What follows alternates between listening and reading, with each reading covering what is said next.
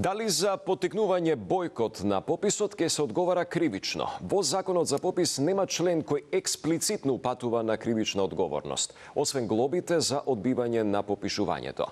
Од левица, која води и отворена кампања против одржувањето на операцијата, сметат дека бојкотот не е кривично дело и дека се работи за блеф на владата. Дали кривично ќе се одговара за поттикнување на бојкот за попис? Ваква кампања водат од партијата Левица, но лидерот Димитар Апасиев не се плаши. Смета дека заканите се небулозни и блеф со цел да се заплашат граѓаните.